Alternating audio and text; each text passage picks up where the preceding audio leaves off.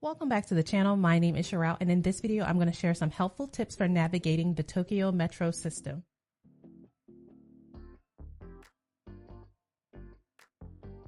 I want to share some helpful tips for navigating the Tokyo metro system. I've been to Japan many a times, and I wanted to focus on the Tokyo system as it can be confusing, but if you know how to look for the signs that help you get to the correct lines, it can become easier over time.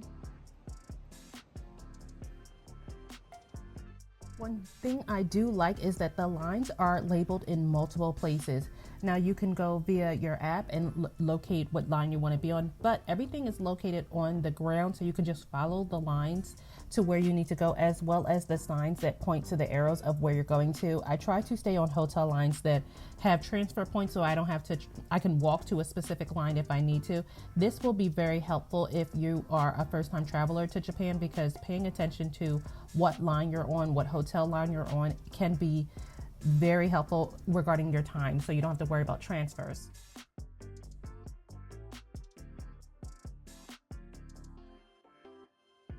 The signs will always point you in the right direction to get out of the subway as well as get into the subway. I try to make sure that I use Google Maps. It works perfect in Tokyo and throughout Japan, so that's what I use to navigate during my last trip here. And I will say that yes, the Tokyo metro system can be crowded. I do find myself waiting out on the side just to let the crowd die down a little before navigating out of the train station. This may be helpful for you as well, because it can be overwhelming, but everybody is trying to get to a specific place, so just be calm and take your time. That's what I tell myself when I'm trying to walk through the crowds, trying to get to my next train line.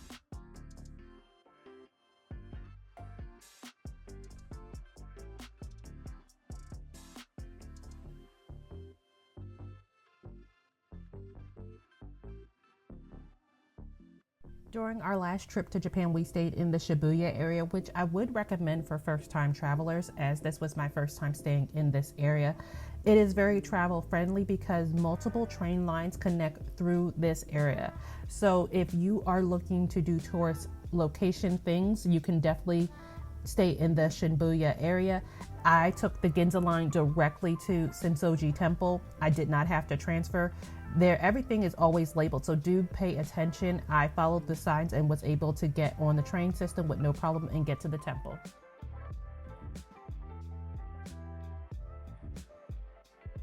Another thing I did when I was waiting for the train was take pictures of the stop so that I knew I was going in the right direction, as well as the transfer points. This can be very helpful if you are unsure if you're going in the right way. The train stops will always line up with each other, and that's always a helpful thing if you want to make sure you're going in the right direction. I will also say pay attention to the next stop. Each stop only takes about 2 minutes. They don't stay there very long. So make sure you're making your way near the door when you hear your stops coming up. That's what I tend to do, or I just sit near the door area because I want it to be closer to the exit. Like I said, this day we were going to Sensoji Temple, one line. I did not have to transfer, and it was perfect.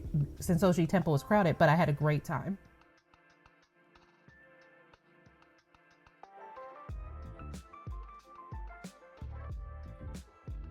Now, taking a taxi in Japan is going to be very expensive, so I would definitely recommend trying to learn the train systems. It is the fastest way to get around Japan, and most areas are connected via the train system or the metro system, as well as the bus system. I will be taking the bus the next time I go to Japan because I want to experience that as well, just to get a different perspective of the different modes of transportation.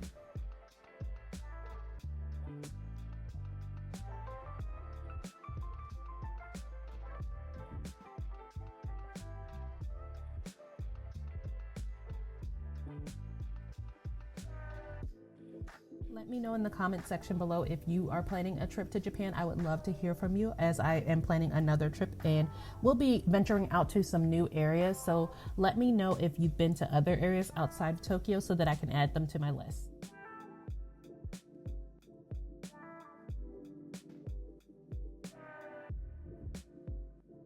I will have the website listed below that I use to help me define the train numbers as far as the lines and what all the symbols mean when navigating the train system. I find that it was very helpful. Each line has different areas that it goes in and they connect. So you'll know where the best area to stay is when you learn the train systems. That's why we chose the Shibuya area this time, because we knew multiple train lines came through this area and it made it easy to get around the city without having to use taxis.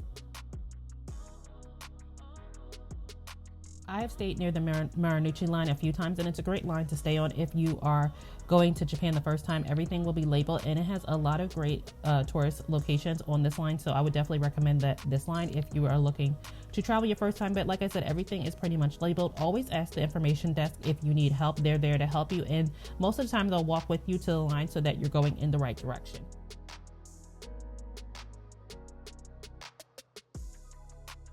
Having everything labeled is a must because, like I said, first-time travelers don't know where they're going, and even people who live here, they find this very helpful as well. Like I said, I always take pictures of the stops coming up so that way I know I'm going in the right direction. This trip was a tourist trip. We wanted to go to as many tourist destinations as possible, like the Tokyo Tower, so we really needed to make sure we were navigating the train system and using our time effectively.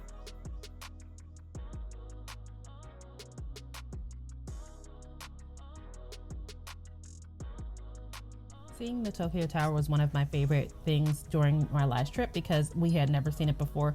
We actually got to see it from the airport bus, and then we chose a day to go out to the park area and walk around. This was a great experience and it's free. I definitely recommend this if you're coming to Japan for your first time.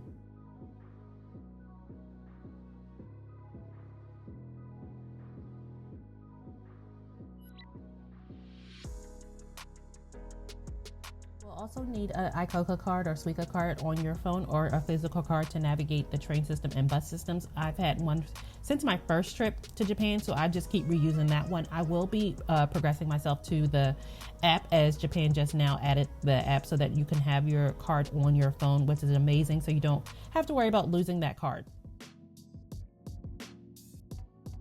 We also went to the Harajuku area, which I will definitely be going back again because I didn't get to experience as much as I wanted to. I wanted to do a lot more shopping, but it was crowded, so it did make it difficult to get in and out of stores. Let me know if you've been to this area before. I've heard that it's great for thrifting, so I'll definitely be back, as I love to do thrifting in the area and just take my time and really have the experience. For our next trip to Japan, I'm looking to also stay in the Shinjuku area because there's a lot of things to do here, a lot of great shopping, and we only had one day to experience this area, so I'd love to come back and do some shopping here. Let me know in the comment section below some great areas that we can shop in or some great stores. If you have taken the Tokyo Metro system back to the airport, let me know, as I typically take a limousine bus, but I think I want to be able to take the train all the way to the airport system, which I probably will do my next trip, so please be looking out for that video and subscribe to this channel. I do tend to take the airport limousine bus back to the airport, as I do find it friendly for people who have a lot of suitcases. So let me know if you've navigated back to the airport on the trains. I would love to hear from you because I'm a little anxious about doing that on my next trip. The Tokyo Metro system subway can be a challenge, but I promise it will get easy. It just takes practice, and that's what I found. My first trip, I got so confused, so frustrated, and I almost gave up, but I knew that this was something I wanted to master, so I kept trying at it, and it ended up being one of the best ways to get around Tokyo.